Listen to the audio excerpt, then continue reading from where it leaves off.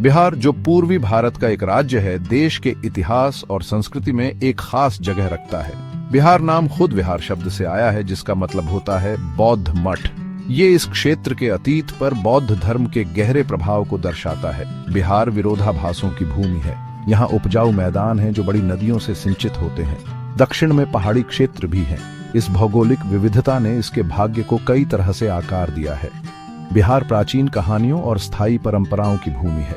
यह एक ऐसी जगह है जहां अतीत की गूंज वर्तमान में गूंजती है। यह निबंध बिहार के भूगोल और इतिहास की यात्रा करेगा। हम इसके प्राचीन अतीत, समृद्ध संस्कृति और आधुनिक भारत में इसके निरंतर महत्व का पता लगाएंगे।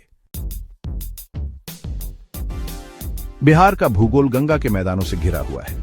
ये मैदान दुनिया के सबसे उपजाऊ मैदानों में से हैं। इस क्षेत्र की जीवन रेखा गंगा नदी है। यह राज्य के बीच से होकर पश्चिम से पूर्व की ओर बहती है।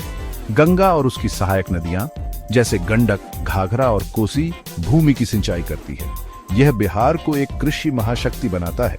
हालांकि मैदान अधिकांश बिहार को परिभाषित करते हैं, दक्षिण का एक अलग चरित्र है। यहाँ छोटा नागपुर पठार से मिलने के लिए परिदृश्य ऊपर उठता है। यह क्षेत्र खनिजों से समृद्ध है। यह उत्तर के समतल उपजाऊ मैदानों के बिल्कुल विपरीत है। बिहार की जलवायु में यह भौगोलिक विविधता दिखाई देती है। राज्य में गर्म गर्मी, ठंडी सर्दियां और एक अलग मानसून का मौसम होता है। ऋतुओं का यह चक्र कृषि में महत्वपूर्ण भूमिका निभाता है। बिहार की नदियां केवल भौगोलिक विशेषताएं नहीं हैं, वे इसके इतिहास और संस्कृति के ताने बाने में बुने हुए हैं। विशेष रूप से गंगा का हिंदुओं के लिए बहुत धार्मिक महत्व है। इसे पवित्र माना जाता है और इसके किनारे पवित्र शहरों और तीर्थ स्थलों से युक्त हैं। नदियों ने प्राचीन काल से व्यापार और संचार की धमनियों के रूप में काम किया है। उन्होंने लोगों, वस्तुओं और विचारों की आवाजाही को सुगम बनाया। इसने उनके किनारे जीवंत शहरों और साम्राज्यों के विकास में योगदान दिया। आज भी ये नदियां बिहार के लोगों के जीवन और आजीविका में महत्वपूर्ण भूमिका निभाती हैं। बिहार का इतिहास हजारों साल पुराना है। यह एक ऐसी भूमि है जहां प्राचीन साम्राज्य उठे और गिरे, पुरातात्विक चमत्कारों और ऐतिहासिक कथाओं की एक समृद्ध टेपेस्ट्री को पीछे छोड़ गए। इस भूमि की शोभा बढ़ाने वाले सबसे पहले झांत साम्राज्यों में से एक मौर्य साम्राज्य था। 3री शताब्दी ईसा पूर्व में सम्राट अशोक के शासनकाल में यह अपने चरम पर पहुंच गया। मौर्य साम्राज्य ने भारत के इतिहास पर एक अमिट छाप छोड़ी। यह अपने कुशल प्रशासन, प्रभावशाली बुनियादी ढांचे और अशोक के संरक्षण में बौद्ध धर्म के प्रसार के लिए जाना जाता है। मौर्यों के बाद गुप्त, पाल और चोल जैसे विभिन्न राजवंशों ने बिहार के कुछ हिस्सों पर शासन किया। प्रत्येक राजवंश ने क्षेत्र की सांस्कृतिक और स्थापत्य विरासत में योगदान दिया। भाग 5, मगध का उदय, छोटे राज्य से विशाल साम्राज्य तक। मगध का उल्लेख किए बिना बिहार के प्राचीन अतीत की कहानी अधूरी है। ये एक छोटा सा राज्य था जो प्राचीन भारत के सबसे शक्तिशाली साम्राज्यों में से एक बन गया। मगध की रणनीतिक स्थिति उपजाऊ भूमि और लौह अयस्क तक पहुंचने से एक महत्वपूर्ण लाभ दिया। बिंबिसार और अजातशत्रु जैसे महत्वाकांक्षी शासकों के अधीन राज्य का भाग्य फला फूला। उन्होंने विजय और गठबंधनों के माध्यम से मगध के क्षेत्रों का विस्तार किया। मगध साम्राज्य ने सदियों से भारत के राजनीतिक परिदृश्य को आकार देने में महत्वपूर्ण भूमिका निभाई। भाग 6, पत्थर में विरासत, कला और वास्तुकला युगों से। बिहार का गौरवशाली अतीत इसकी शानदार कला और वास्तुकला में परिलक्षित होता है।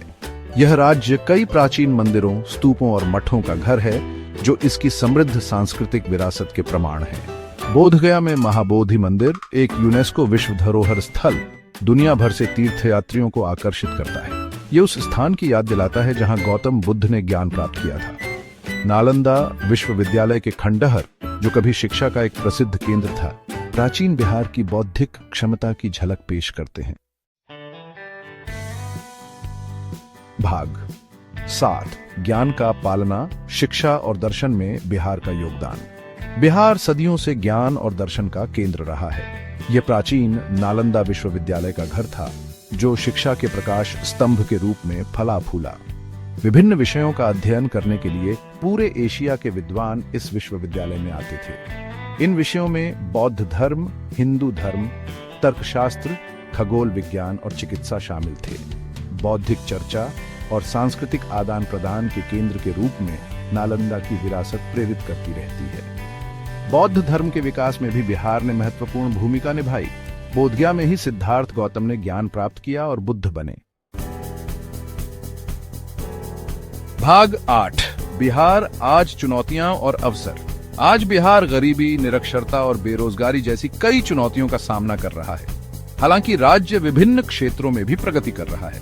शिक्षा, स्वास्थ्य सेवा और बुनियादी ढांचे के विकास पर नए सिरे से ध्यान दिया जा रहा है। बिहार का कृषि आधार समृद्ध है और यह चावल, गेहूं और गन्ने का प्रमुख उत्पादक है। राज्य पर्यटन, सूचना प्रौद्योगिकी और विनिर्माण जैसे उद्योगों में निवेश आकर्षित करने का भी प्रयास कर रहा है। भाग 9, निष्कर्ष। बिहार की चिरस्थायी भावना। इतिहास के माध्यम से बिहार की यात्रा गौरव और चुनौतियों दोनों से चिह्नित रही है।